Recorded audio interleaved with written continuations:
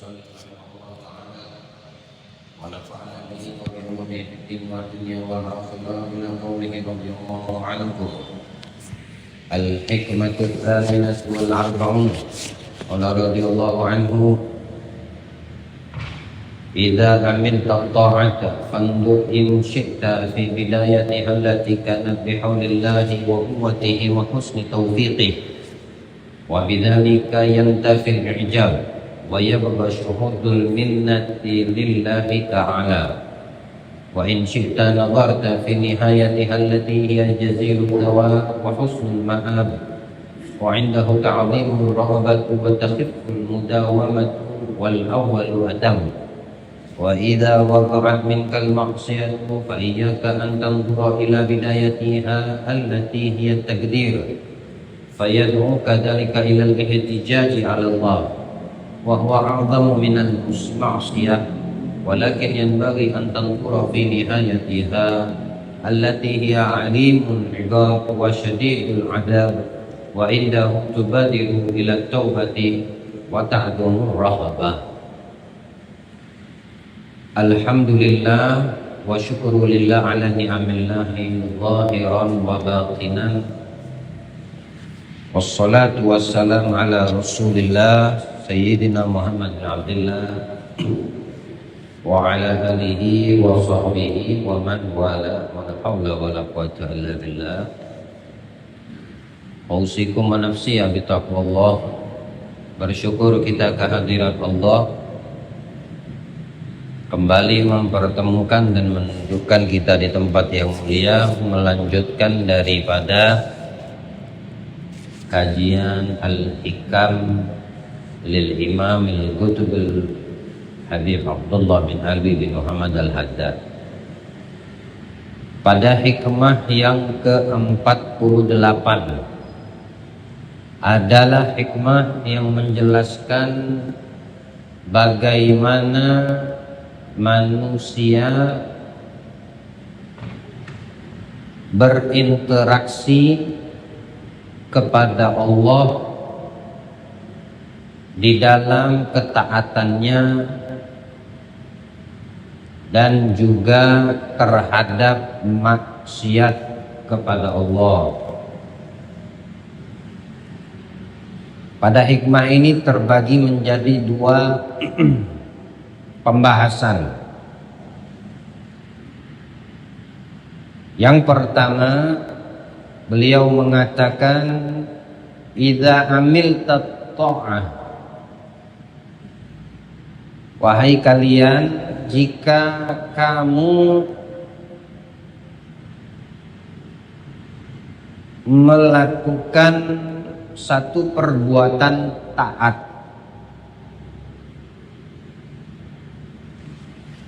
yang dengan perbuatan taat tersebut amal baik, kebaikan-kebaikan yang kita lakukan dari amal-amal soleh. Contoh, barusan kita mendirikan sholat 5 waktu maghrib.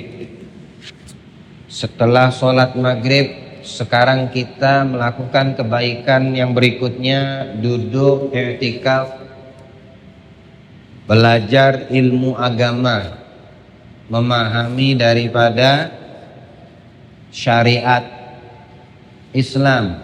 Ini adalah bentuk amal soleh, kebaikan, ketaatan. Terkadang perbuatan baik seseorang, amal soleh yang kita lakukan membuat yang beramal tersebut merasa senang dengan kebaikannya. Entah itu bisa dikatakan bangga dengan kebaikan yang dia lakukan, atau mensyukuri nikmat amal baik yang barusan dia lakukan. Ini tergantung kepada masing-masing manusia. Nah, di sini kita diberitahu, jika kamu melakukan perbuatan taat amal soleh, fandur in syi'ta fi bidayatiha, yang harus kamu perhatikan adalah di awalnya, yang dengan perbuatan taat tersebut siapa yang memberikan kekuatan untuk kamu bisa melakukan. Nah, ini yang harus kita perhatikan, yang harus kita pahami.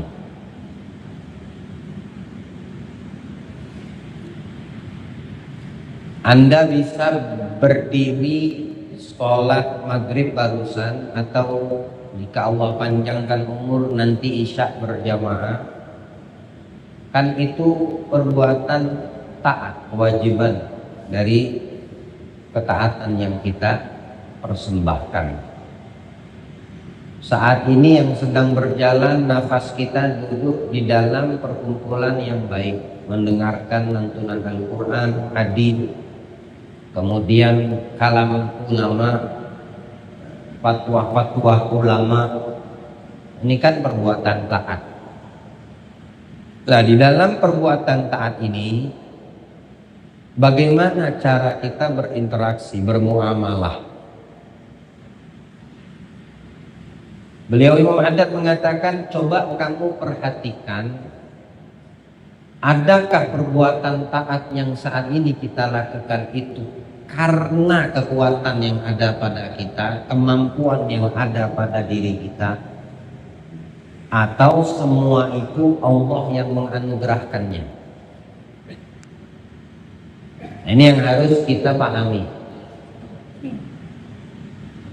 Kenapa? Karena yang namanya sifat bangga diri dengan ilmu atau kebaikan amal soleh yang kita lakukan, atau ujub lah yang sering umum kita dengar. Ujub itu bangga diri kita dengan kebaikan yang kita lakukan.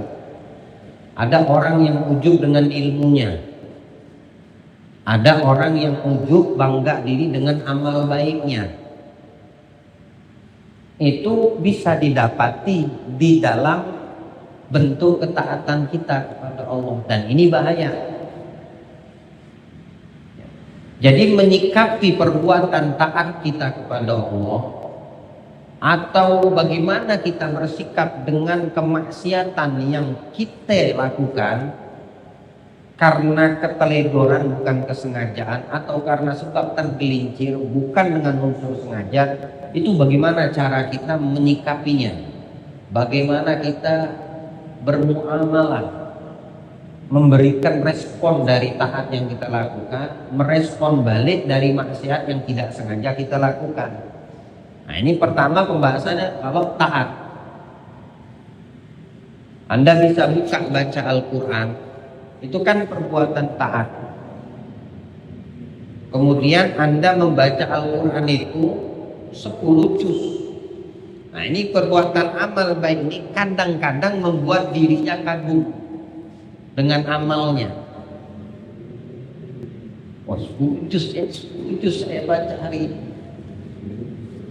Atau orang yang berbuat amal baik dengan cara harta dikeluarkan bersedekah. Nah, dia bersedekah mengeluarkan hartanya itu, kebaikan yang dia lakukan itu terkadang membuat dirinya bangga dengan amal baik, dan itu namanya ujub. Justru membinasakan dan menghancurkan amal baiknya itu terhapus karena dia bangga dengan kebaikan yang dilakukannya. Maka di sini diajarkan kepada kita supaya nilai-nilai taat dan kebaikan dari amal-amal soleh yang kita lakukan itu tidak gugur, baik dari sisi pahalanya dan dari sisi keberkahannya, biar nggak dihapus sama Allah. Berapa banyak orang yang beramal soleh, beramal baik, tapi karena ada di dalam hatinya, di dalam benaknya sifat ujub ini, dihapus sama Allah pahalanya, dicoret. Dia udah melakukan amal baik, dia sudah melakukan amal soleh, tapi tidak ada nilai. Karena dia merasa kebaikan yang dilakukan itu karena dirinya, sebab dirinya. Nah, ini yang kadang kita lalai. Makanya di sini kita diberitahukan, kalau itu perbuatan taat, yang kamu harus perhatikan adalah di awalnya kamu harus tahu bahwasannya kekuatan, daya upayamu sehingga kamu bisa melakukan perbuatan taat tersebut itu semata Allah yang memberikan, bukan karena kita yang mampu, bukan karena kita yang mau, bukan karena kita yang bisa melakukan, bukan, tapi karena kekuatan itu Allah yang memberikannya.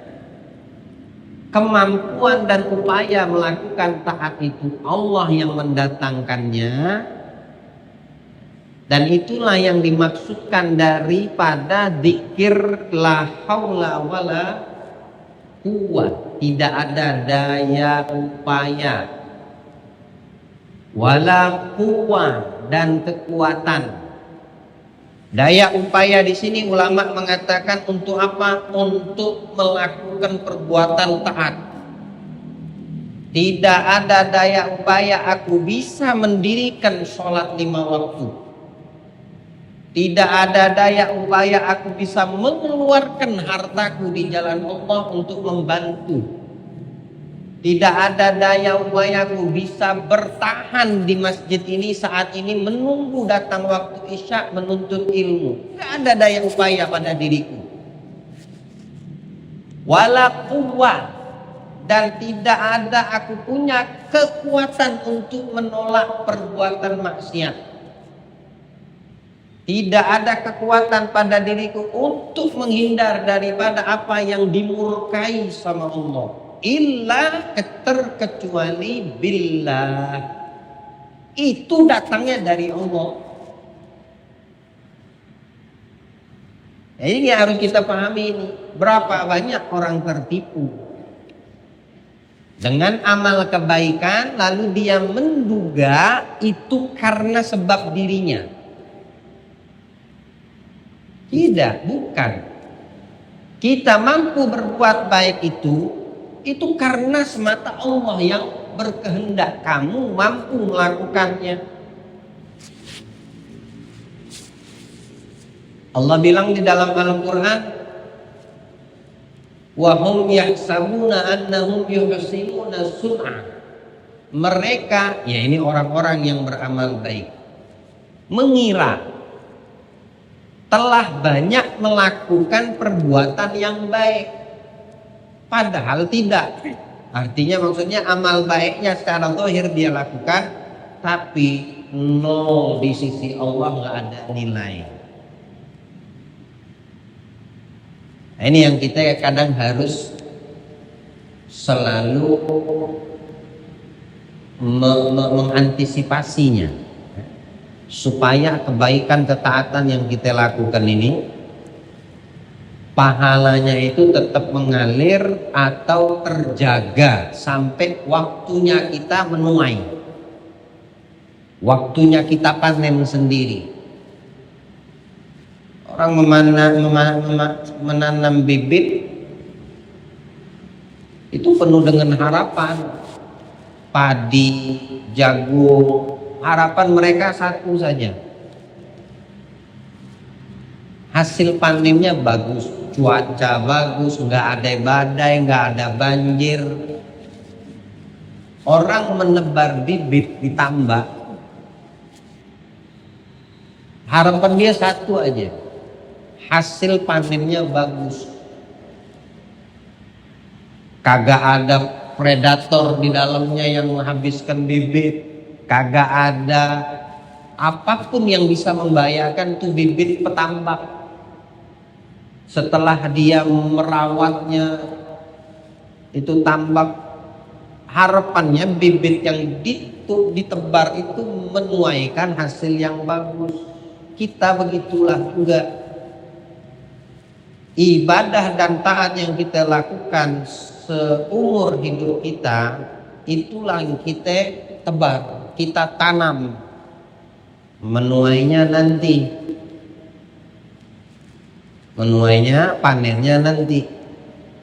Makanya selagi ada kesempatan dan Allah memudahkan bagi kita untuk menebar kebaikan, melakukan perbuatan taat, jangan sampai tergagalkan karena sebab yang lain. Allah berikan kita pemahaman. Coba lihat orang yang tadinya sehat afiat, kemudian ada sedikit bagian syaraf di tubuhnya itu terkilir. Misalnya di kakinya atau di pergelangan tangannya, di kakinya lah misalnya. Tadi pagi siang sehat, sore tadi sarafnya terkilir. Dia mau berdiri nggak bisa, mau tekuk kaki nggak bisa, mau berlutut nggak bisa, sholat kagak nyaman. Atau orang yang tadi pagi sehat, kemudian sorenya dia sarafnya dipelintir, lalu dia nggak bisa bergerak, kaku, stroke. Apa yang bisa dilakukan sekarang? Nggak ada.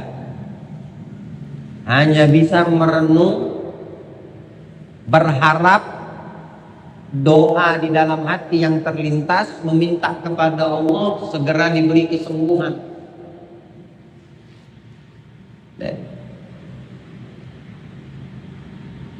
Tapi kita yang diberikan kuasa sama Allah, upaya untuk kita melakukan perbuatan baik, saat kita selesai melakukan amal baik, merasa itu dari kita. Nah, ini yang kadang-kadang banyak dilalaikan oleh kita umat manusia. Jadi sekali lagi ingat, taat yang bisa kita lakukan atau ibadah yang kita lakukan, awalnya yang pertama yang harus kita berinteraksi dengan taat tersebut, amal soleh tersebut adalah dari Allah. Kekuatan dan daya upaya tersebut diberikan kepada kita.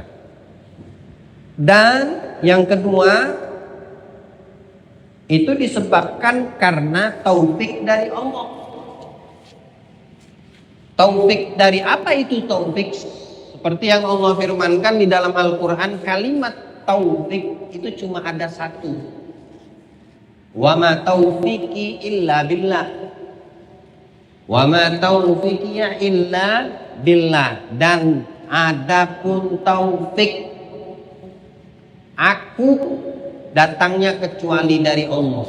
Jadi Allah itu yang mendatangkan, memberikan taufik. Apa itu taufik? Kalau hidayah itu petunjuk, berupa bisa jadi iman. Ya. Ini orang tidak beriman, lalu dia mendapatkan hidayah. Berarti dia mendapatkan petunjuk. Jadilah dia hamba yang beriman. Ya. Dikatakan ulama, kalau taufik itu kemampuan yang Allah berikan, upaya yang Allah berikan kepada yang beriman untuk melangsungkan nilai-nilai ketaatannya kepada Allah. Jadi di sini ulama membedakan, kalau hidayah itu petunjuk yang membuat dia tadi belum beriman jadi beriman. Tapi kalau taufik itu upaya kekuatan yang diberikan oleh Allah terhadap orang yang beriman sehingga dia mudah melakukan perbuatan taat dan ibadah. Itu taufik. Berapa banyak orang yang beriman, tapi tidak sedikit pula yang mendapatkan taufik.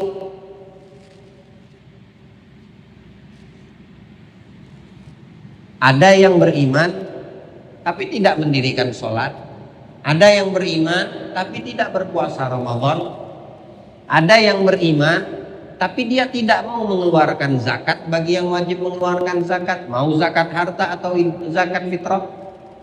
Ada yang beriman tapi dia tidak mau menunaikan ibadah haji dan umroh kewajiban padahal dia mampu. Ini orang belum mendapatkan taufik dari Allah. Ada orang yang rumahnya dekat bersanding sama masjid tapi tidak juga memakmurkan masjid. Berarti belum mendapatkan taufik dari Allah. Karena taufik itu adalah upaya kekuatan yang diberikan Allah sehingga manusia itu mudah melakukan perbuatan taat, ibadah, amal soleh. Mudah dia melakukan. Berarti ini orang mendapatkan taufik dari Allah. Jadi ini orang mendapatkan hidayah padahal dia sudah beriman. Nah, yang lebih pasnya ini orang telah mendapatkan taufik dari Allah. Tapi kalau itu ditujukan kepada orang yang tadi belum Islam, belum beriman, lalu dia beriman, betul kalimatnya, itu orang mendapatkan hidayah dari Allah. Tapi yang bagi yang udah beriman, ndak dia beribadah, ndak dia melakukan taat kepada Allah, kemudian drastis berubah. Tadi ndak sholat jadi sholat, tadi ndak pernah berbuat baik taat amal soleh jadi berbuat baik taat dan melakukan amal. Ini orang mendapatkan taufik dari Allah.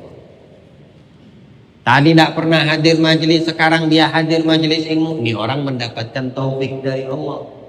Bukan mendapatkan hidayah, tapi mendapatkan taufik. Makanya pada hikmah di sini dikatakan allati kanat bihaulillahi wa quwwati wa husni taufiqih. Ini orang setelah mendapatkan daya upaya dan kekuatan dari Allah sehingga dia mudah dia mendirikan dan melakukan perbuatan taat, juga mendapatkan taufik sebaik-baik taufik dari Allah.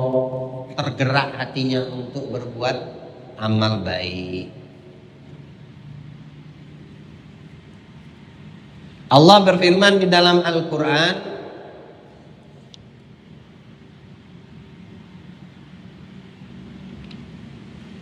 nah, orang yang memahami dari awalnya dia sudah paham bahwasannya kebaikan yang dia bisa lakukan, ketaatan dan amal soleh yang bisa dia lakukan itu semata datangnya atas izin Allah dan taufik darinya, bukan karena dirinya, bukan karena dia mampu, bukan karena dia sanggup melakukan.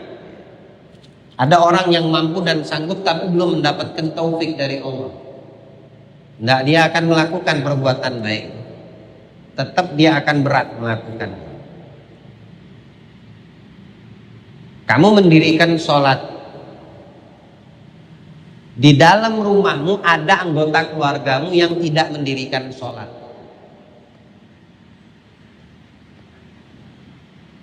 Padahal beriman, berarti dia belum mendapatkan sebaik-baik taufik dari Allah. Di dalam rumahmu, anakmu, istrimu, kamu sholat 5 waktu, tapi kamu menjaga sholat sunnah qobliyah ba'diyah, istri anakmu tidak. Berarti ada yang belum mendapatkan sebaik-baik taufik dari Allah. Tapi kita sekeluarga yang mendirikan perintah Allah ini, Ketahuilah dari awal semua itu bukan karena keinginan kamu yang mau mendirikan atau kamu mampu melakukan, melainkan itu semua datangnya dari Allah. Dengan sebaik-baik taufik dari Allah, kamu akan tingkatkan daripada ketaatan-ketaatanmu kepadanya. Ya.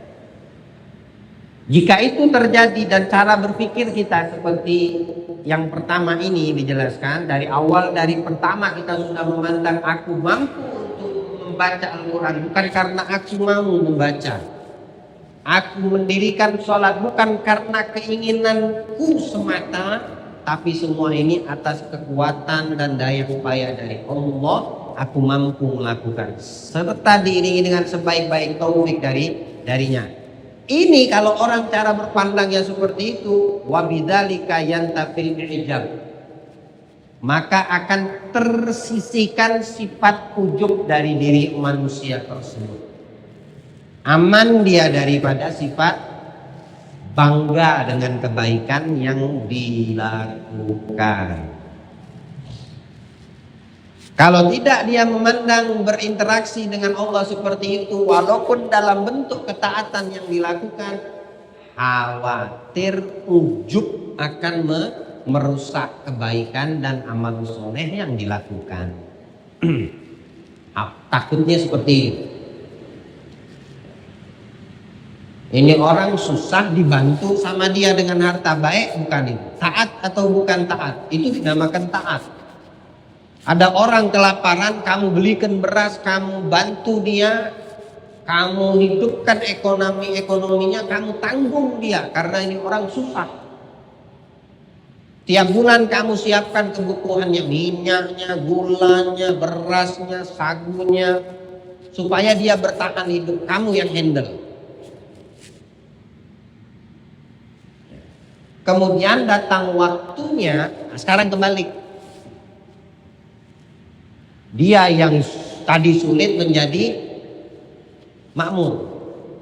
Yang membantu sekarang kesulitan. Dibalik sama Allah, keadaan kondisinya dibalik.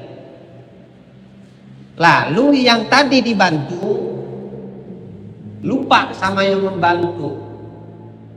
Atau yang tadinya membantu mengingatkan, minta bantuan dulu.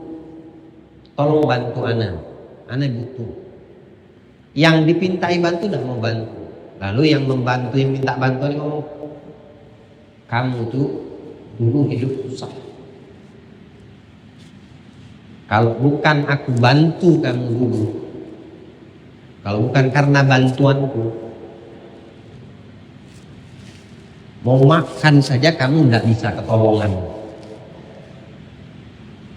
Dia ungkit kebaikannya, dia sebut lagi kebaikan dulu yang pernah dilakukan. Nah ini dia membanggakan amal kebaikannya. Ada nilai yang seperti itu? Nah, ada nilai. Padahal sudah bertahan kebaikan dia lakukan itu bertahun-tahun. Dengan satu perbuatan atau sifat ujub bangga terhadap kebaikan, langsung habis. Hitungan detik aja, hitungan menit aja, hitungan saat dia mengungkit kebaikan yang pernah dilakukannya, langsung dihapus Allah. Alhamdulillah. Tapi kalau orang memikirkan di awalnya, aku tidak bisa membantu makan dia, menyiapkan bulanan dia, berasnya, minyaknya, dan kebutuhan yang dibutuhkan. Kalau bukan karena kekuatan dari Allah, kalau bukan sebaik-baik taufik dari Allah, tidak bakal aku bisa membantu dia. Dia kembalikan kebaikan dan amalnya itu bukan karena dirinya, tapi semata datang dari Allah. Nah, ini yang akan menghilangkan sifat ujub. Dan amalnya, pahalanya terjaga. Allah berikan kita pemahaman. Allah bilang di dalam Al-Quran, bukan saja sampai di situ, justru bahkan dia akan mendapati ya bagausyuhudul minna lillahi ta'ala. Dia punya nikmat ketaatan, pahala yang ibadah yang dia lakukan itu akan kekal dengan karunia-Nya Allah. Dibuat Allah kekal. Dia meyakini, memahami, aku ini tidak bisa mampu melakukan perbuatan taat. Semua itu datang dari Allah. Kalau bukan karena Allah yang memberikan kekuatan, manalah aku bisa ini melakukan perbuatan baik. Nah, dia kembalikan semua kepada Allah. Itu cara berinteraksi dengan perbuatan taat. Ya, jangan menganggap itu murni dari kita, walaupun yang melakukan kita. Yamunnu 'alaika an aslamu. Orang-orang di pedalaman Badui suku Arab dulu pernah datang kepada Nabi Muhammad. Mereka merasa berjasa kepada Nabi Muhammad dengan apa? Dengan keislaman mereka. Seolah-olah masuk Islamnya mereka itu adalah tanda jasa membantu dakwahnya Nabi Muhammad. Kan Nabi menyeru umat masuk Islam. Nabi mengajak berdakwah umat manusia beriman kepada Allah. Nah, dari dakwah Nabi ini aja kita udah bisa mengetahui, adakah dari keluarga Nabi yang tidak menerima? Ada. Siapa? Pamannya. Paman Nabi itu disuruh untuk masuk Islam. Didakwah sama Nabi untuk beriman. Abu Lahab itu paman Nabi. Ini hari Senin. Yang hari ini diringankan azabnya di dalam neraka. Ini hari Senin. Setiap hari Senin diringankan. Ya. Binasul hadis Sahih Bukhari dan Imam Muslim meriwayatkan. Abu Lahab itu setiap hari Senin kata saudaranya Abbas bin Abdul Muthalib ketika bermimpi berjumpa dengan Abi Lahab, "Madza sana'tullah ilaik?" Apa yang Allah perlakukan terhadap dirimu wahai saudaraku? Jawab Abi Lahab, "Finnar, aku tersiksa di dalam neraka. Terkecuali yukhaffif anni fi kulli yaumin itsnin." Allah memberikan ringan azab neraka yang aku tersiksa dengannya setiap tiba hari Senin. Enggak, ini hari sudah Selasa maksudnya. Terbenam matahari tadi Selasa sudah. Kemarin Senin. Setiap tiba waktu hari Senin Allah meringankan untukku siksa neraka dengan apa? Dengan mengeluarkan air untuk aku minum dari jari-jariku. Air betul-betul air minum. Mana ada di neraka itu air minum kayak gini, nggak ada. Air minum penghuni neraka itu dari timah yang panas. Timah itulah air minumnya penghuni neraka. Semoga Allah lindungi kita dari azab neraka. Makanan penghuni neraka itu yang panas-panas atau yang berduri, yang kalau dipaksakan makan merusak isi perutnya, hancur. Itulah makanan penghuni neraka. Allah jauhkan kita dari siksa neraka. Itu diajak didakwah sama Nabi, tapi dia tidak mendapatkan hidayah. Jangankan taufik dari Allah, hidayah dari Allah nggak Allah inginkan. Dakwah Nabi pertama dari keluarga orang terdekat, baru secara umum. Perintah Allah kan seperti itu. Wa andir dan berikan peringatan asyirataka, keluarga dekatmu, baru yang lain. Itu selama 3 tahun Nabi itu berdakwah diam-diam. Keluarganya, ahlul baitnya, kerabat diajak untuk beriman.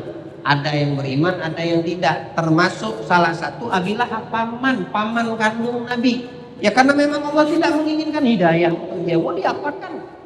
Samalah dengan orang yang sudah mendapatkan hidayah tapi belum mendapatkan sebaik-baik taufik dari Allah. Maka tidak usah heran kalau kita melihat ada di luar sana, dia beriman kepada Allah tapi dia juga tidak mendirikan sholat. Dia beriman kepada Allah tapi dia juga melakukan praktek riba. Dia beriman kepada Allah tapi dia minum dan meneguk yang diharamkan oleh syariat.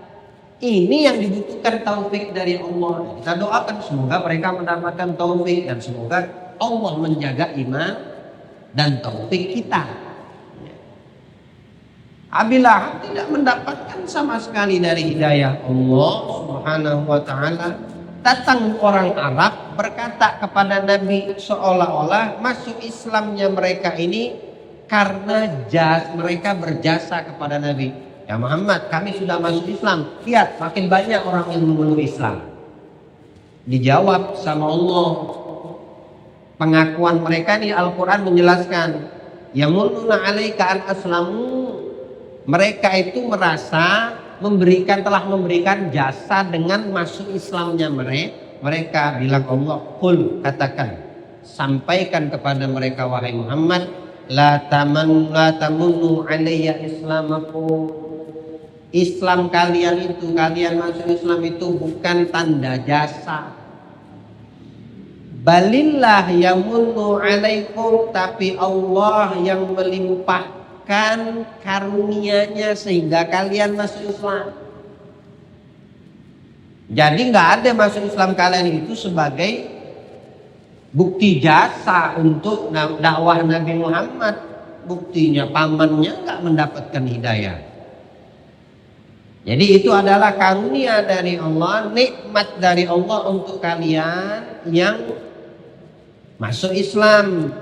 An hadakum lil iman in kuntum shodiqin. Dengan kami memberikan hidayah lalu kalian beriman kalau kalian betul-betul bersungguh-sungguh di dalam keimanan kalian. Bilang Allah seperti itu. Jadi kita juga seolah-olah dikatakan seperti ini. Kamu itu bisa mendirikan sholat 5 waktu. Kamu itu bisa mengeluarkan hartamu, bersedekah, berinfak. Kamu itu bisa melakukan perbuatan taat. Wahai manusia, apakah Allah membutuhkan daripada perbuatan taat? Sholat kita, zakat kita, harta yang kita keluarkan, apakah Allah membutuhkan itu? Lalu kita memberikannya? Tidak sama sekali. Justru kita bisa melakukan perbuatan taat tersebut karena nikmat dan anugerah dari Allah. Nilai plusnya apa? Dikasih kita surga sama Allah, dikasih pahala sama Allah. Dia yang memerintahkan kita sholat, ada yang mendapatkan sebaik-baik taufik dari Allah. Dan dia memahami taatnya, ibadahnya, amal solehnya bukan karena aku mampu, bukan karena aku kuat, bukan karena aku bisa, tetapi karena karunia dan anugerah dari Allah. Aku melakukannya. Ini cara kita menyikapi ketaatan-ketaatan yang selama ini kita jalankan, ya. Jadi diajarkan kita ini oleh para ulama agar supaya ketaatan dan ibadah yang kita lakukan ini kekal pahalanya. Tidak hancur, tidak dihapus dengan ijab. Ijab itu ya tadi perbuatan ujub, bangga dengan amal kebaikan. Dia tidak ingat kamu bisa melakukan kebaikan itu semata karena anugerah dari Allah Subhanahu wa taala. Maka Nabi SAW mengatakan di dalam hadis sahih rawahu Bazzar, bilang Nabi, al-muhlikatun thalatha, yang membinasakan manusia itu ada 3. Apa? Ijabul mar'i binafsi, bangganya seseorang terhadap kebaikan yang dia lakukan. Dia merasa aku yang memberikan kebaikan, aku yang membantumu, aku yang memberikan solusi kepadamu. Nah, ijab, ujub, itu yang pertama. Yang kedua, wasyuhul muta', sifat kikir tapi diikuti. Sifat kikir itu ada pada diri kita. Yang jadi masalah, kekikiran itu sifat kikir diikuti. Nah itu salah. Ya. Sifat kikir tidak bakal bisa kita hilangkan. Manusia ini, kita ini, kalau diberi nikmat sama Allah, baru ingat Allah. Ini datang dari. Tapi ketika diambil nikmatnya sama Allah, nah dia berkeluh kesah, marah-marah, ngomel. Ya Allah, kenapa kau ambil ya Allah? Itu begitulah kita manusia. Termasuk sifat kikir dalam perihal harta ada pada diri kita manusia. Tidak bisa kita menghilang. Aku tidak kikir. Tidak. Bilang Allah dalam Al-Quran. Walaula amanallahu alaina la khasafa bina. Kalau bukan karena keinginan tamak kita manusia ini dilindungi sama Allah, Allah memberikan keamanan kita terhadap urusan perihal harta dunia ini, binasa kita ini, kata Allah dalam Al-Quran, ya. Di dalam ayat lain Allah mengatakan wa may yuqa syuhha nafsihi fa ulaika humul muflihun. Siapa orang yang dilindungi Allah dari sifat kikir di dalam dirinya, berarti dia termasuk manusia yang beruntung. Syuhha. Di sini bilang Nabi syuhun mutok. Kikir itu ada pada diri kita, tapi yang jadi masalah sifatnya diikuti. Saat kamu mau mengeluarkan harta, kikir di dalam dirimu berkata, kebanyakan tuh akan diikuti. Ini yang masalah. Ini membinasakan. Itu yang kedua. Yang ketiga, hawa muttaba. Hawa muttaba ini hawa nafsu yang selalu diikuti, dimanjakan.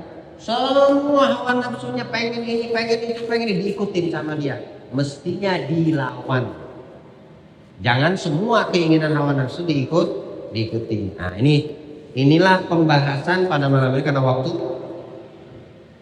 Bagaimana cara kita berinteraksi, bermuamalah, bersikap terhadap perbuatan baik dan ketaatan yang selama ini kita lakukan, ya. Jadi kita diajarkan. Maka yang harus kita ambil adalah, yang harus kita pahami, pertama kali adalah semua itu tidak bisa kita melakukan kalau bukan dari Allah yang memudahkan, bukan karena dari kita. Berapa banyak orang sehat tapi tidak ada dia mau keinginan untuk mendirikan sholat. Sehat loh, bukan sakit, sehat. Dia lebih memilih untuk tidak mau mendirikan sholat. Berarti Allah belum memberikan kekuatan, upaya, taufik kepada dirinya. Maka yang mendirikan sholat jangan merasa itu karena kita, karena aku. Taat yang aku lakukan karena aku. Kebaikan amal sedekah yang mengeluarkan karena aku. Jangan, itu menghancurkan juga. Maka tidak ada bedanya dengan orang yang tidak mendirikan sholat. Ini mendirikan sholat, tapi dia kagum, bangga dengan dirinya, ujub. Yang ini kagak mendirikan sholat. Yang mendirikan sholat pahalanya hilang karena ujubnya. Yang tidak mendirikan sholat sama sekali tidak mendapatkan pahala sholat karena dia tidak mendirikan, justru mendapatkan dosa. Walhasil dua-duanya nggak ada nilai.